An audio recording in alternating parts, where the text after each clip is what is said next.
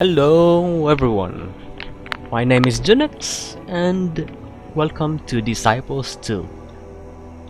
Alright, this is a very old game and it is about 17 years old, more or less. And I just felt a bit of nostalgia because I just watched, what was it? I was watching MatPat's film theory about Hi, I'm Mary Mary, and then it showed a video about a sort of monster that resembles or that is the avatar of regret, and it mentions things that are done in the past. So I just thought, hey, the past, what, what would I have played during that time? And then I thought, disciples, disciples 2, and that's why I reinstalled this game, and I'll be playing of course, naturally. Now let me just check all these things, the graphics and stuff.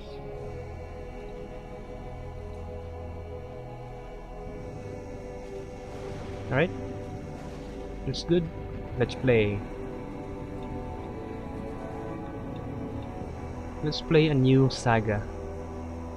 And naturally,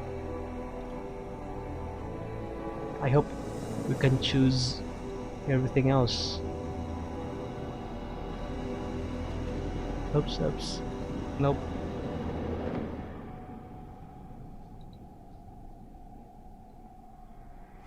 Okay, so let's go back. The Empire. This is the icon of the Empire. The Empire is composed of humans, the human race. And now the next race would be the undead hordes. Naturally, they would be the undead. You know, skeletons, zombies, vampires and stuff, wraith, werewolves even. And now the next race is the dwarf, the dwarf, the dwarves, the mountain clans. They're pretty good. They're very sturdy, but the problem with this race is the slow movement speed. That is the only bad thing about the dwarves, as far as I can recall. Now the next race, the Legions of the Damned. They're demons, man. What I like about the demons is that they fly. If the heroes fly, your army fly. And naturally, if your hero is able to fly, or if your commander is able to fly, then he would have no movement penalty, which is very good. A highly mobile race. But for now, let's start with the Empire. Naturally, let's start from the prophecy. Alright, we choose a portrait. Yep, not much to choose. So, I'll choose this girl. And then we are able to choose what the hell kind of name is that? Let's just focus on the name later. First, we choose the class of our Lord. Me, my class. This is me, I'm a girl. Alright, so the classes are Warrior Lord, Mage Lord, and Guild Master. The Warrior Lord has units will regenerate 15% of their damage each day, but magic research is limited to the 4th level. There's the only problem. Now, the Mage Lord can research all of the spells at half the cost, and spells can be cast twice per day. That's the Mage Lord. And then the Guildmaster. The Guildmaster's spell research is limited to the 4th level, just like the Warrior Lord, but the Thief performs more actions and cities cost 50% less gold to grow. What a conundrum. Alright, I usually play with Warrior Lord, or I used to play with Warrior Lord, but now I don't know, I'm having trouble deciding.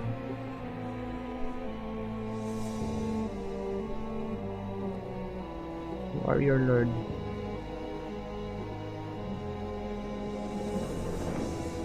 For the Mage Lord and the Guildmaster, you will have to repeatedly go back to town to rest. But for the Warrior Lord, for the Mage Lord, you would have to repeatedly go back to town for you to be able to regenerate your health. The health of your warriors. While the Warrior Lord could do some more scouting, since they will regenerate anyway each day.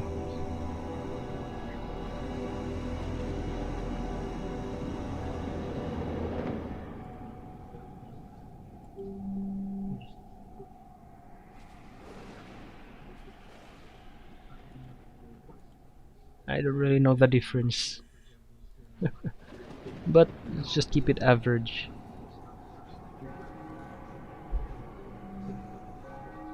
What's this? Easy.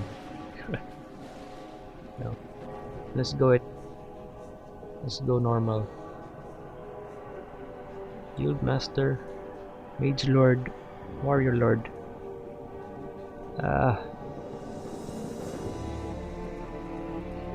Thief.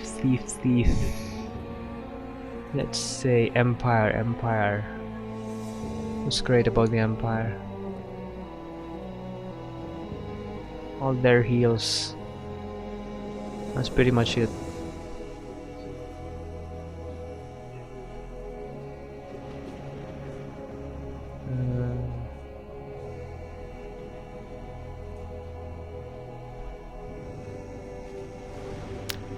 Okay, I'll choose Guildmaster.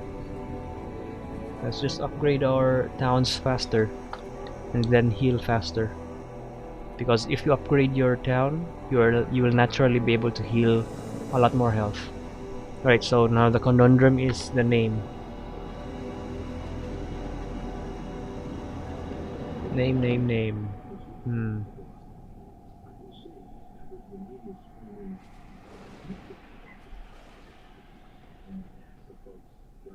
What's a good name? Alright, I just go with the name I naturally go for.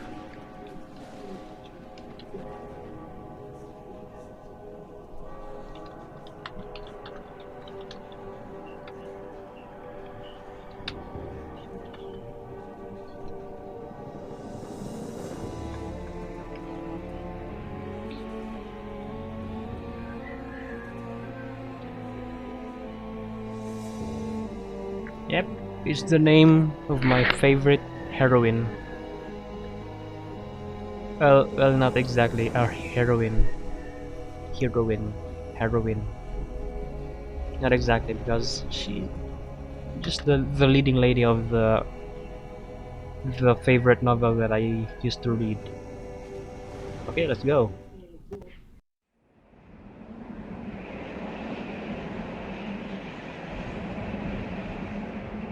More than a decade has passed since the first great wars ended, when infernal beasts and demons poured forth from the ground. The human empire did their best to resist the unholy onslaught. Alas, the beloved queen was killed, and Uther, the sole heir, disappeared from the realm. The combined forces of the Empire and Mountain clans with the retrieved runic wisdom sealed the infernal rift before the Accursed One could arise. The menace posed by the undead hordes came to an end with the beheading of the Dwarven High King Sturmir. Mortis's vengeance accomplished, her minions fell lifelessly to the ground. Their languid voices echoed with no answer. Bards feared to weave tales of the suffering brought by the first great wars. Stories of these terrible events traveled only on witches' winds.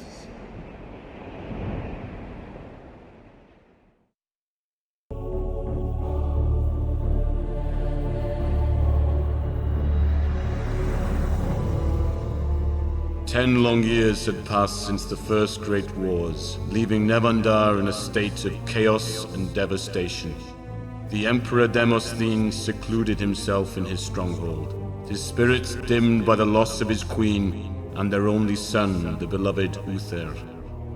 Grand Councillor Hubert de Lely was rumored to be the true power behind the throne. Hubert had indeed taken advantage of the sorrowful king's growing isolation. Although he claimed Nevandar was in good health, all could see the plague of corruption and deprivation he had spread throughout the Empire. Justice was no longer a luxury all could afford. Hubert led the Empire to ruin, indulging in feasts and debauches, which he paid for with the Empire's treasure. From this audacious decadence, numerous sects and agitators were born. Erhog, leader of a death cult, took over the barony of Emanir. If she was not stopped, her influence would surely grow. It would be the death knell for the Empire and the High Father.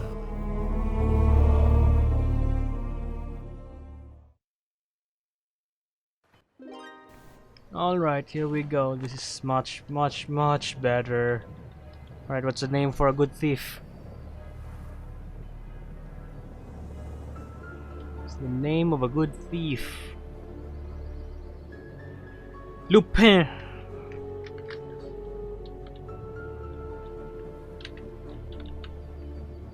Lupin the Third. Alright, High Priest. You've arrived at last, my lord. Erhog the Dark and her evil sect control these lands. The few who dared speak against her have disappeared. Her temple is somewhere in the southeast. You must end this madness. Alright, I just spent an hour or two setting up my system to make sure that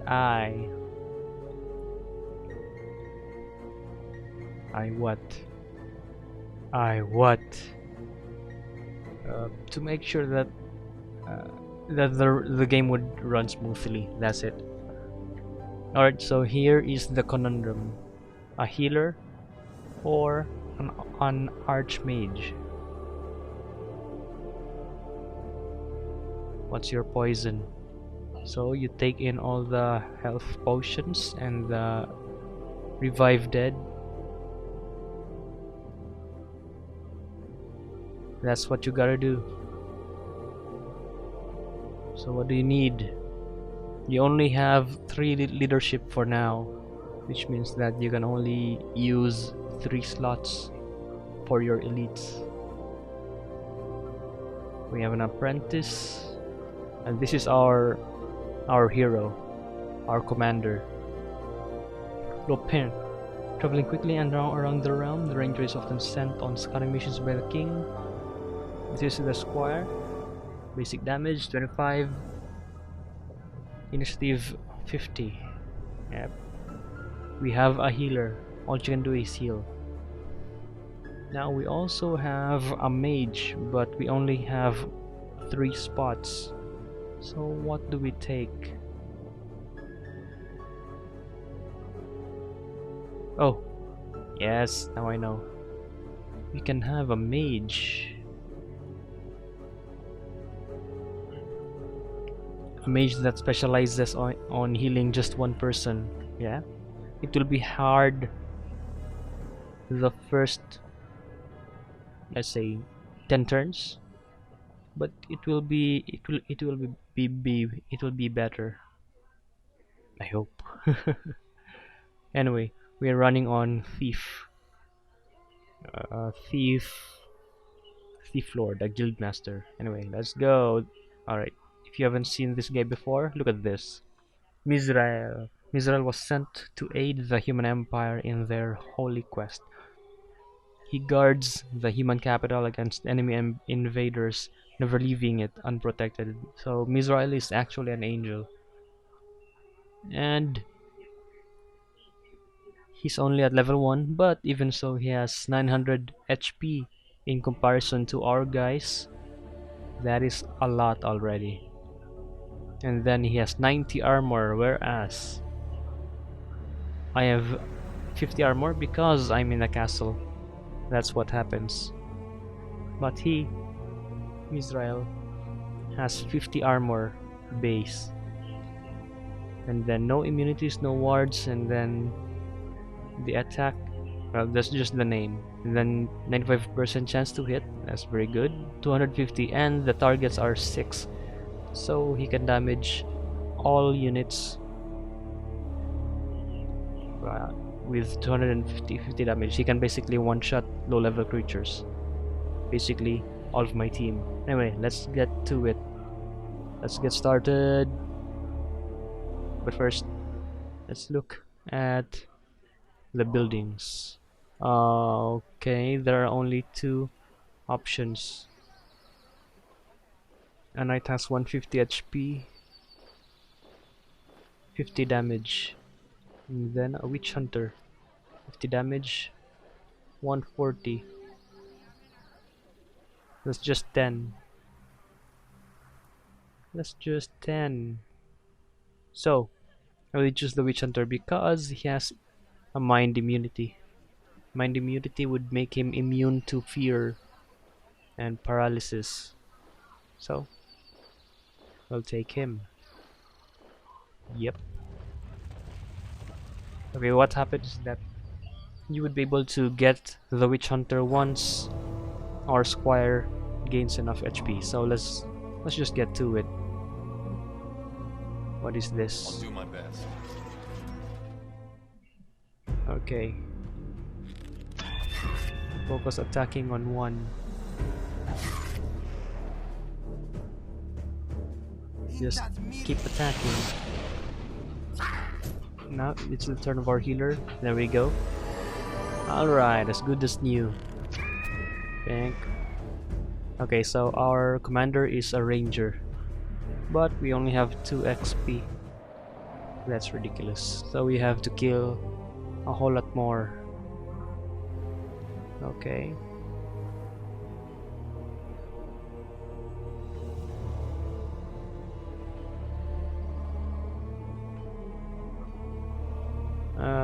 What's this? Thug. Peasant thug. Okay, let's kill him. We have a lot of range. We can move long distances. How much damage does he deal? 25, 15.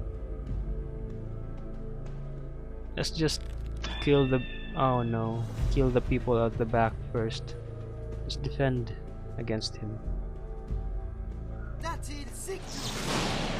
Alright, looks good. Let's keep healing. And then attack the back first. And then it is about time we attack. Heal. Alright, that's good enough. Oh no. Alright. We only have this low level creature left.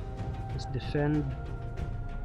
If you defend, the damage you take is halved. And then let's just defend so that it will be turn for our healer to heal. Then let's defend again. Let's heal our creature, our defender, our knight. to maximum, to full health. There we go. Afterwards, let's annihilate the enemy. That is basically the strategy.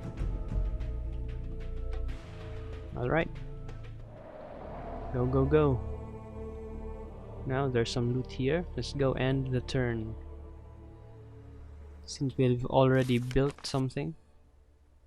Now, this is the Lord of the enemy, the Lord, the Legion of the Damned. Your gods are no protection from eternal damnation. Okay, I hear. Alright, it's day 2. Alright, you got 3 bark potion, you get enchanted unit.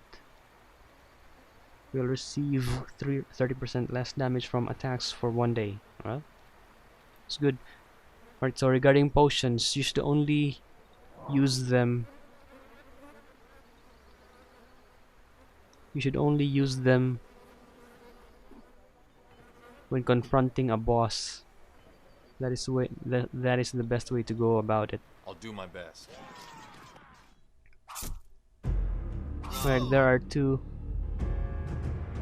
enemies and we only have 1 tank, and our tank has low amount of health, so what we need to do is to defend.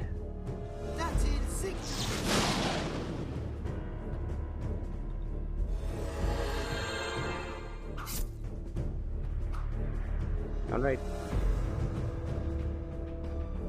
How much is his damage? 40. Okay, let's eliminate 1.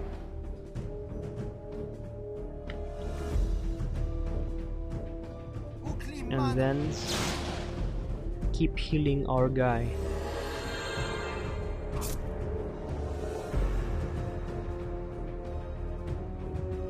Keep defending, keep healing.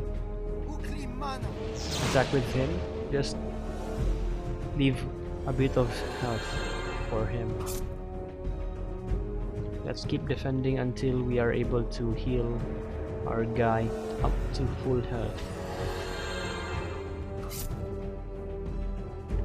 Defend, defend, defend, heal.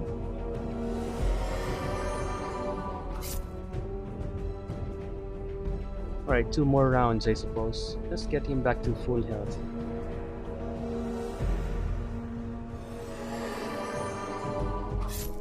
Alright, I think it's about time. Okay. After you kill the enemy, the healers have 1 chance to heal. And then the round ends. There we go. As good as new. Okay, let's kill more creatures. And then let's upgrade. Up. What was that? I don't know what I did. Okay, let's build some buildings. Okay. Archery range. Nope. There we go. A church.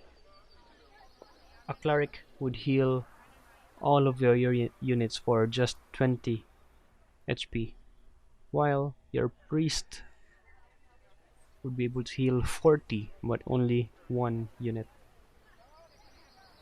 You see, after the apprentice gains enough experience,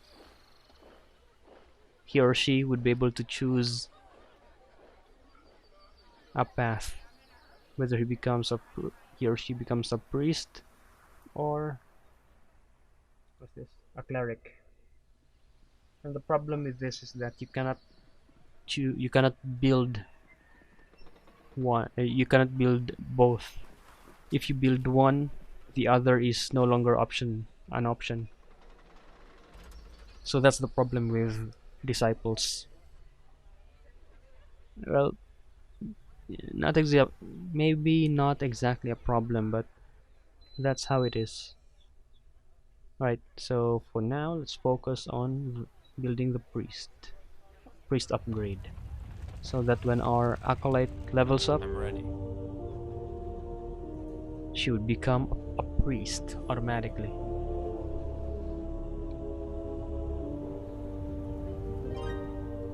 Okay.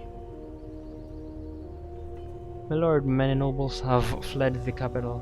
Urhog and her evil disciples are surely behind this. Be cautious. Okay. Okay. I'll do Let's my go. best. Let's kill the archer first. It's the threat. There we go. Now, just need to defend and have the damage dealers from behind attack.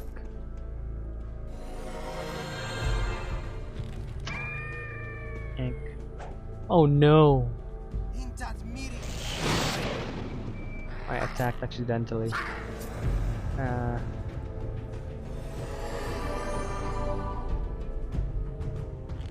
Okay, let's go back to healing. Defend, defend, heal. Alright, it should be fine. Just go kill him and then heal again. And we're back to full health. There we go. The problem with this strategy, the problem with this is your experience is so slow. So anyway, let's go search the area, scout. Okay, see? There's something there.